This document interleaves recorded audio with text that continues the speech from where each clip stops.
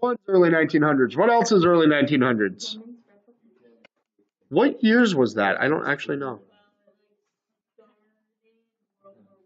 Okay, following that. All right, so women's revolution and then voting rights. What else do we got? Early 1900s. Start of the 20th century. Wow, thank you. What did you say? We really didn't get a lot of that until later. That's more mid 1900s because, well, let's face it, we kind of sucked. Say again? I didn't hear what you said. Okay. Other things going on. Eugenics movement. What else? Early 1900s. Progressive era. Was it? Okay. Titanic. Other big name things. Early 1900s.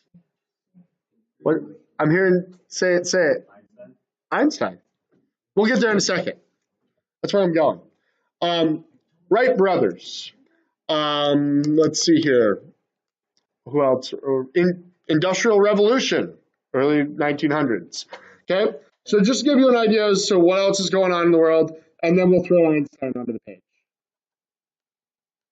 All right, so everybody's heard of Einstein. Everybody could pick him out of a lineup if they had to. But what do you actually know about who Einstein was?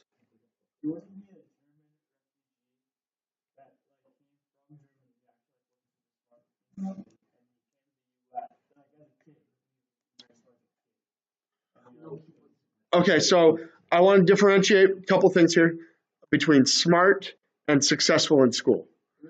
Because many of your peers are definitively smart and not necessarily successful in school because they don't do their work or don't see its purpose or stuff like that.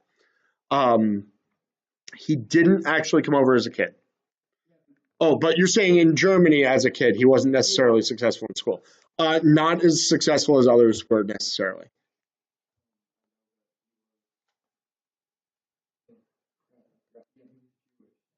German? There's this thing called Hitler. Yep. Okay. German, Jewish. What else do we got? What was his job before he became world renowned? Say again? He would fit with all the others to be an educator, but he wasn't. Okay. So his early job was as a Swiss patent clerk. Should have said it louder. All right. In addition, Einstein didn't do most of his early science in a lab. He didn't have all sorts of fancy equipment. Instead, what he did were what he called mind puzzles or head puzzles. Okay, where he would think about a scenario and he would just kind of think about, well, what's got to be the answer to it? What's got to be the solution? How does it got to work based on what if this or that? One of his most famous ones was if you were small enough to sit on a wave of light and you were traveling forward at light speed and you turned around and looked behind you, what would you see? And he started actually understanding and explaining how light works, and his first publication on special relativity simply based on those thought experiments. So, favored thought experiments.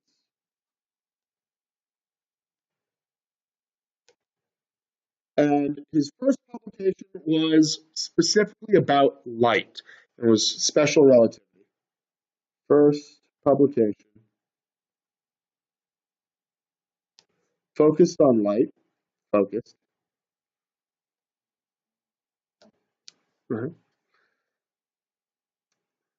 Was special relativity. In special relativity, Einstein declares that light is both a wave and a particle, which 100 years ago there was a huge debate about which one it should be, and Einstein's like, guys, it's both. Einstein also sets forth a few other properties about how light works, and his equation E equals mc squared, where he recognizes that energy is mass times the speed of light squared. Einstein figured out what made the sun burn, and no one had figured that out until him. That was not a concept we understood until Einstein produced this equation and said, I know how the sun works and why it's still burning. Okay. He also took conservation of energy, conservation of mass, and said, guys, we don't need two laws. It's the same thing.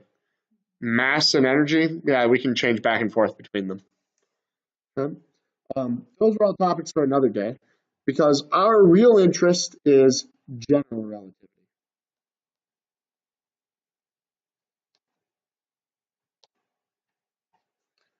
Okay.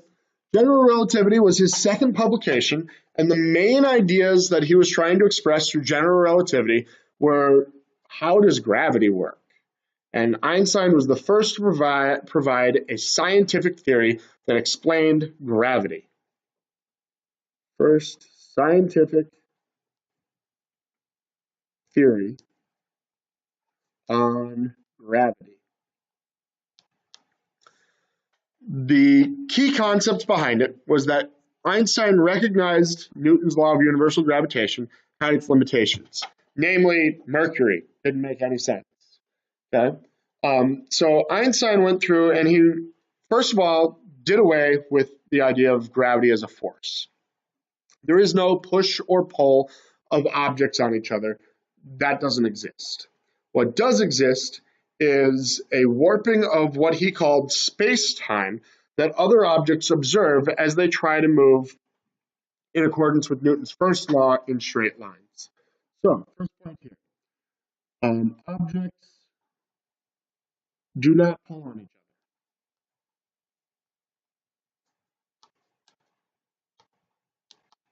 other. Second, mass warps space itself.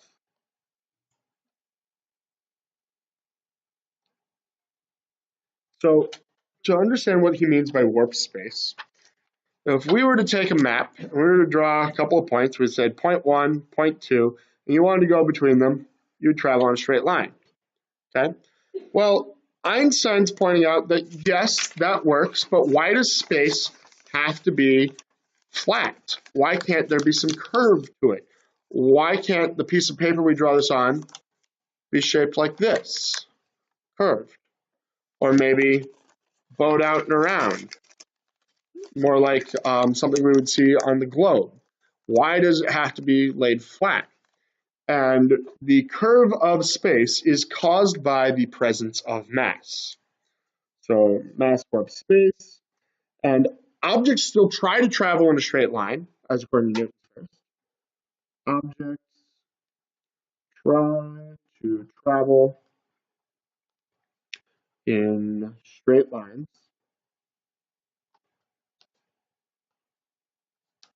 Newton's first.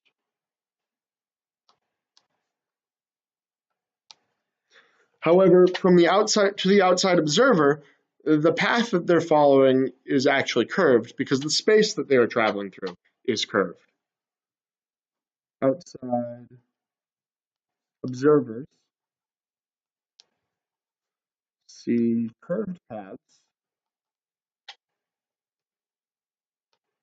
because the space the object travels through is curved. Space the object travels through is curved. Another way for us to visualize this is, have you guys all seen those like donation bins where you take the coin and you set the coin in the track and it goes down and around and around and around and around and around? Okay, it's the same idea. You take the coin, you roll it across the table, coin goes in a straight line. Well, now your table has a slant to it. Your table has a curve to it, so that when you set that coin into motion, the coin's still traveling in a straight line, but the table it's landing on is curved as it slopes down into that center spiral and eventually drops into the donation bin. So it's the same idea, just that we can't actually see this curve. Another quick simulation for you here. So let me see here, make sure I've got this set up. Okay. So space, as we know it, is flat. See the pancake? Great pancake. However, when you start to add mass to it, that space gets curved. So an object that would have traveled just straight across here now has to deal with this. See how it's no longer a pancake, but it's dipped? So an object, let me actually draw this in a different way. An object that would have traveled like this now travels like this because there's a curve to the space that it's trying to travel through. Yes. Well, I only can show this in 2D, but no, it's actually 4D. We'll get to that later. Then things get really bendy.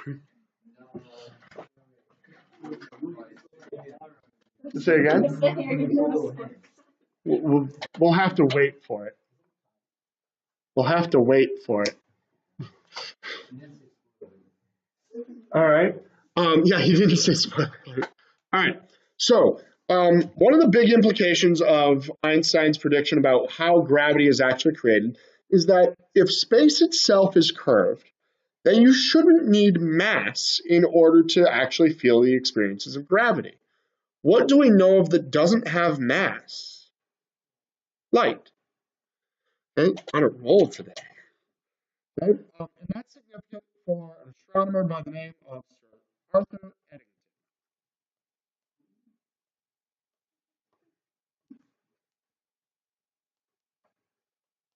All right, so, Sir, first of all, what does that tell you? He's a knight, which means he's also British. Okay? So, British knight, totally writing that down. And his official job title is Astronomer Royal, which means he's an astronomer for the British government.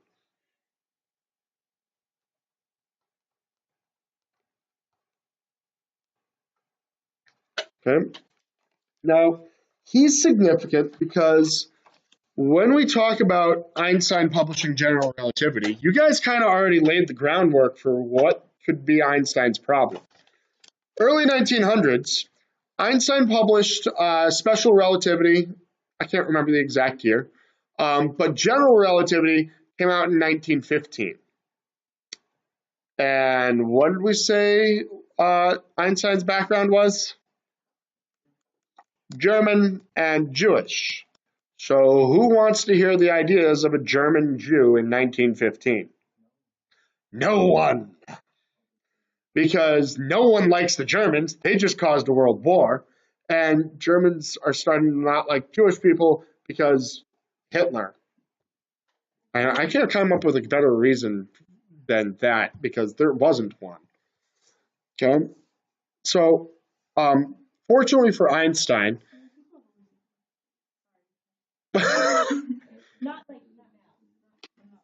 yeah, they've always had a bad rap. Fortunately for Einstein, his job was a Swiss patent clerk. Why on earth does that matter? Say again? Why would Switzerland matter? They're neutral. So Switzerland is open to the free flow of ideas, regardless of who you are and how many thousands of people your country may have slaughtered. Switzerland's just kind of chill with everybody. Meaning that Eddington's buddy, who works in Switzerland, gets a copy of Einstein's general relativity and sends it to him and says, hey, this is something you could find interesting. And Eddington is one of the few people in history who we firmly believe had as good of an understanding about relativity as Einstein had. And Eddington puts together, well, light should follow this bent path as well, and I can check and see if it does.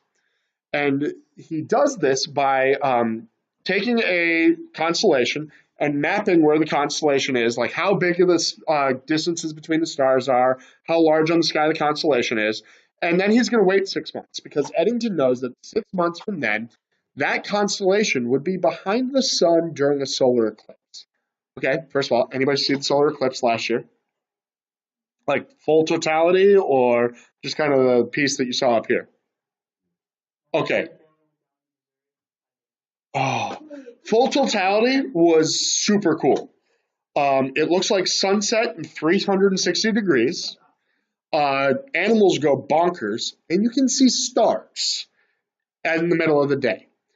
And that's important for Eddington because when he looks at this constellation during the eclipse, the sun will be blocked out, light will be coming past the sun, which Einstein just claimed large masses should bend the path of light because large masses warp space. So the constellation should look smaller, and all the distances between the stars should shrink. So uses relativity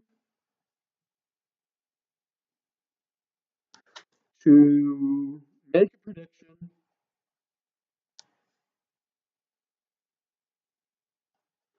about stars during an eclipse.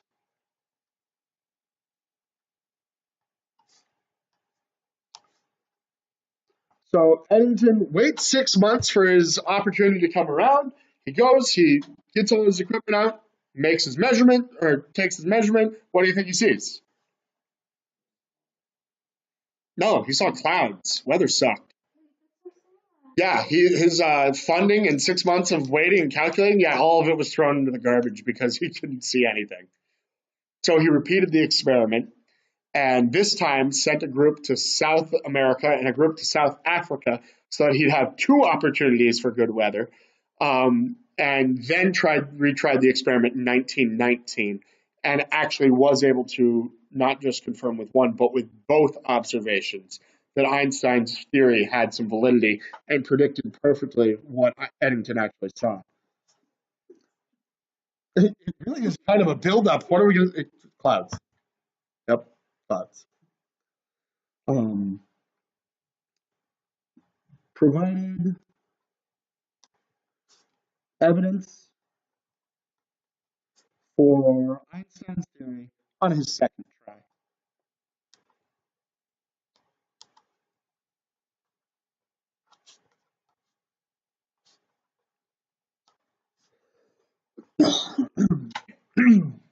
So this actually didn't just have significant implications for the physics world, but also for geopolitical relations, because now you've got a German who other people want to hear what he has to say because he just figured out gravity with evidence even. So that actually allowed a lot more communications to start up with Germany because people wanted to hear what you got. Any other Germans that happen to be like solving puzzles of the universe? So post World War One, Einstein was a big deal for more reasons than just physics. However, we're only going to really concern ourselves with the physics part. All right. So we've got general relativity, we've got this idea of stars bending, and we've got our first evidence of what we call gravitational lensing. So just to make it a little bit more clear as to what we're really seeing here, I got this picture. So this is an example. We actually use gravitational lensing, the same thing Eddington did in 1919. We use it very frequently now in the astrophysics community to calculate the size of galaxies, to see further into space. So if we're here as Earth, and this is a cluster of galaxies, like a whole bunch of galaxies, same size or bigger than Milky Way. Hi, Riley, what's up? Okay, bring it on up. And this is a galaxy on the far side that normally we wouldn't be able to see because the light from it should be blocked by this group of other things in between. The light that would go from this galaxy should just travel in a straight line out this way, except space is warped. So the light that would go here now goes and curves back around, and we can start to see pictures of things that we shouldn't even be able to see because objects should be in the way. We can see further into space in locations where we spot these things and see galaxies that show signatures that show us much more detail about the ancient universe, so like 13, 14 billion years ago, and we get magnified views of them because of how this works. Some of those magnified views. No, I want this. Nope, I want this one. This is a picture of what we call the Hubble Deep Field. This picture is all galaxies. There's not a single star in that picture. This is it. This picture takes up the space. If you took a dime and held it 75 feet away from you, then that fits inside this diamond. Okay. Now, there's a few things I want to point out here. I want to point out this one, this one, this one, and do I remember where it is? I do not. I'm picking out these three galaxies, not because they're just kind of blurred, but because those three pictures are all the same galaxy. The light coming from that object is somewhere back in here that we can't see, but the light gets magnified as it curves around this galaxy cluster, and instead of going off that way where we wouldn't be able to see it, it comes back towards the camera lens sitting on Earth. Every one of those curved pieces is an effect of gravitational lensing, where light is clearly bending around curved space that is warped because of masses, as Einstein predicted. Yeah. Everything that has light in this picture is a galaxy. Oh, it's kind of tricky to figure out which ones are repeats. Most of these are all in the foreground. Most of these are all individually just galaxies. It's typically these ones that have curve to them. And I only happen to know because I've studied this picture before. Yeah. We can see it on much more individual bases as well. I picked up this one. Let's go images. I want this picture. This is what we call an Einstein cross. 1, 2, 3, 4. All four of those ones are the exact same galaxy, which, again, we shouldn't be able to see. It should be hidden behind this object. However, the light coming from it warps around that central object and comes back to us. What would be the object that's like blockade? Another galaxy. However, where is one of them? Those are cool. Trying to find an Einstein ring.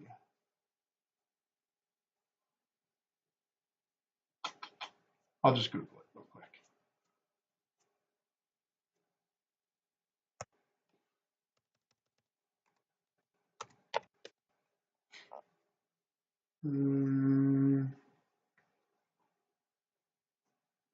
This is a decent one.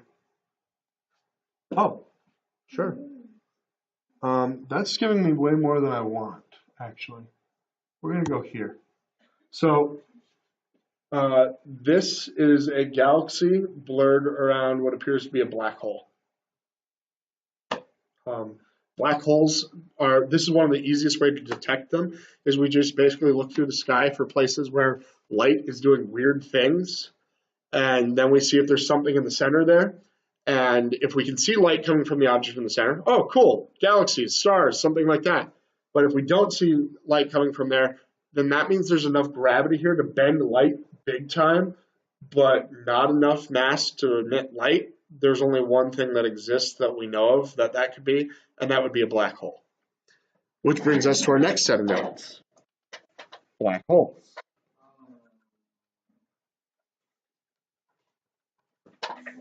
All right, 3 parts to an anatomy of a black hole.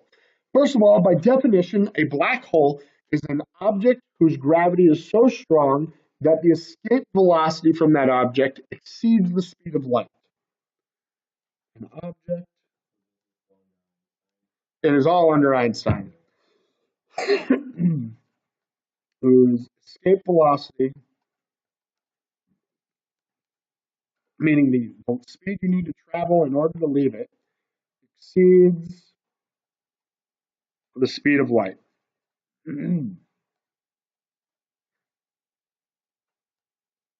So at some point, you've all seen a giant air quotes here picture of a black hole, right? Okay. So the first term we're going to put up here is event horizon. The event horizon is what we know as the edge of the black hole. It's where the speed of light is officially too slow to be the escape velocity. So the edge of a black hole. Okay, so that's going to be what you see when you see a picture of a black hole. By picture, I mean an artist's rendition of a black hole. Okay, next up here, the event horizon is a specific distance from the very center. The very center of the black hole is what we call a singularity. A singularity is a point of infinite density and infinitely small radius. A point of infinite density and infinitely small radius. When we get down to this level of density, we don't know if the usual laws of physics even hold up. Many of the leading astrophysicists and theoretical physicists who are around today will take this singularity term and just say singularity means we have no idea what is actually going on here. So we can say that it's a point of infinite density. We can say that it's an infinitely small radius. And beyond that, no one's got a clue what's going on. The distance between the singularity and the event horizon is what we call the Schwarzschild radius. I am going to butcher this spelling.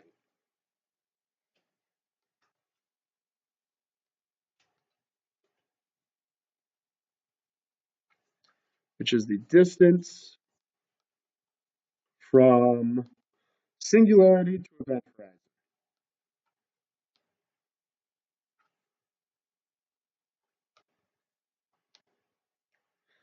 Now, Einstein actually predicted black holes. He indicated that based on his model of general relativity, that when you have enough mass in a specific location, it's going to bend space further and further and further. And eventually, the warping of space is going to be too excessive for light to find a way out of that.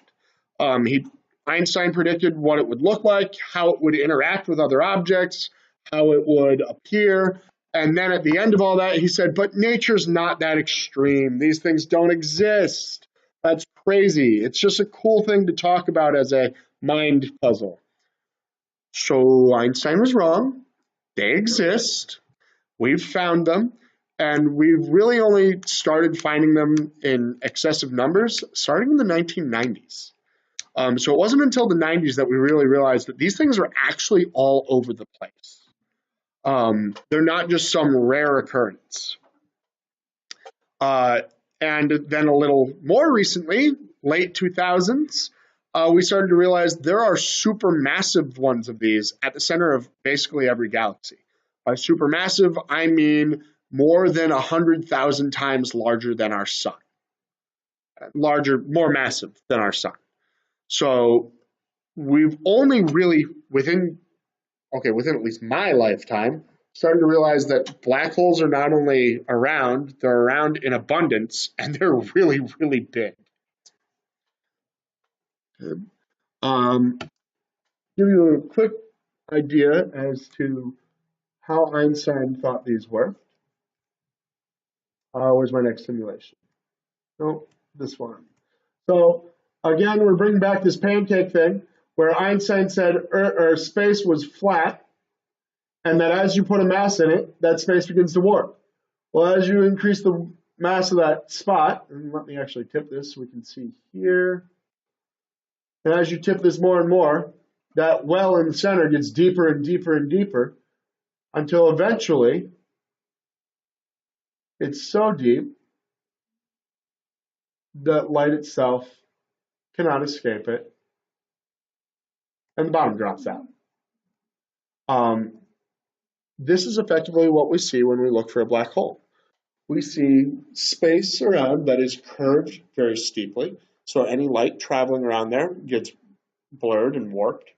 And at the very center, we get nothing. We have a spot where there is absolutely no light coming through whatsoever. Yeah. We're not talking time yet. Space is what is warped. Space is what is warped. And at the center here, we have a singularity. This edge is what we would call the event horizon. The distance from here to here is the Schwarzschild radius.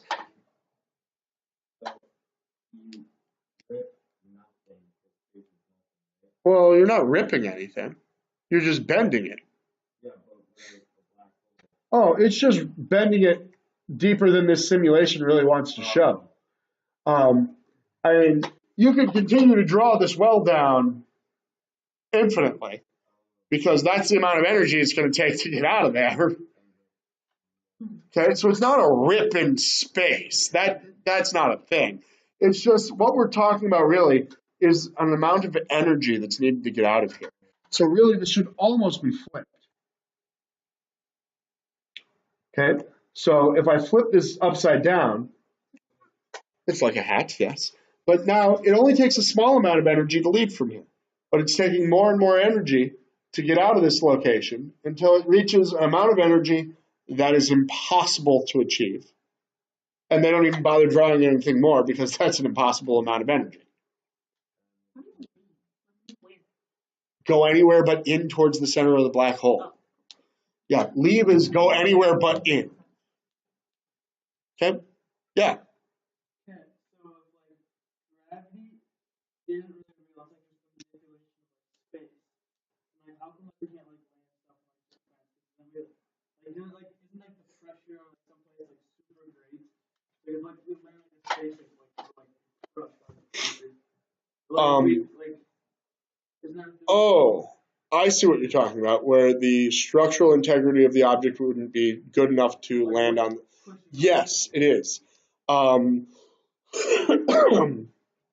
The idea behind that is that think centripetal acceleration. So as we're going around, we're changing our direction, and really that's caused by just this change in the curvature of space. We're still experiencing acceleration from an outside observer's point of view. You're still changing your direction. So if we start talking about those planets where we couldn't land on it because it's so big it would just crush us, the objects that we would land there wouldn't be able to experience that centripetal acceleration without flattening. So really what it is their change in velocity from their initial straight line forward is so great due to that curving of space that the object would flatten against itself. so it's like spinning too fast and Yeah, that's a way to put it. Yeah, or it's turning too fast that it squishes itself flat. All right, others. Yes. I actually have that on the to-do list for later. Like, not today because I want to get to these guys' fourth dimension. Because if things aren't strange enough, Einstein also said, oh, space, time, they're the same thing. Why are we using more than one word for these? So time is also in here. Einstein paired space and time together and recognized that they're in fact the same fabric of the universe, and that when you bend one, you bend the other. Oh, it gets even more made up now. All right. So space and time are the same thing.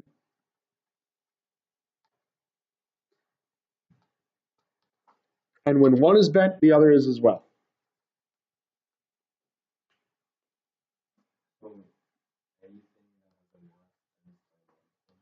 Yes.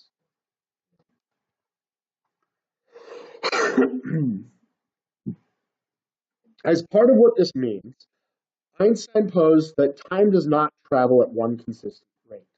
Time passes at different rates depending on what curvature of space you are in. So if you are in steeply curved space, time passes more slowly than if you are in less steeply curved space. Time passes more slowly in more curved space. So what this effectively means is that when we talk to astronauts in the International Space Station, they see us do everything in very, very slightly slow motion. Now, the difference between here and there is not extreme, and we can measure it computationally, and like we can notice the shift in frequencies in like voices or in radio waves or such. And we can notice that the frequencies are a little bit higher when they come to us and a little bit lower when they go out there. So astronauts look down on us and they look and see everybody moving in just ever so slightly slower motion. And when we talk to them, we see them moving in just ever so slightly way too fast. Okay, they're evidently on fast forward. So we do actually experience time at different rates. So while, and I'm going to exaggerate this significantly because this effect is not this extreme for Earth. Let's say a day passes down here, 25 hours have passed up there. So they effectively age at what we would observe to be an accelerated rate, and they would observe us just aging slowly. We're getting less done in the amount of time that they're getting things done because time passes at different rates in different gravitational fields. We can also prove it. In addition to just being able to notice these differences in slight computer measurements, we also figured out this was a necessity when we started using GPS satellites. So GPS satellites have on them atomic clocks. These clocks have to be synchronized perfectly with ones down here so that we can understand the exact positioning on the Earth. When the scientists designed the clocks, they made them run a little bit slow so that a second was more like a second 0.07 when on Earth. And the engineers who, of course, were building these things are like, you guys are crazy. This isn't going to work. Why are you doing this? We're wasting money.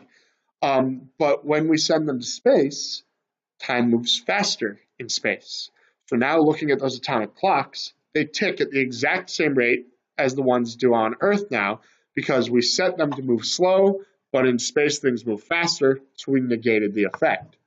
If we had not accounted for general relativistic effects, the GPS satellites that you use for location would be off by 7 miles a day.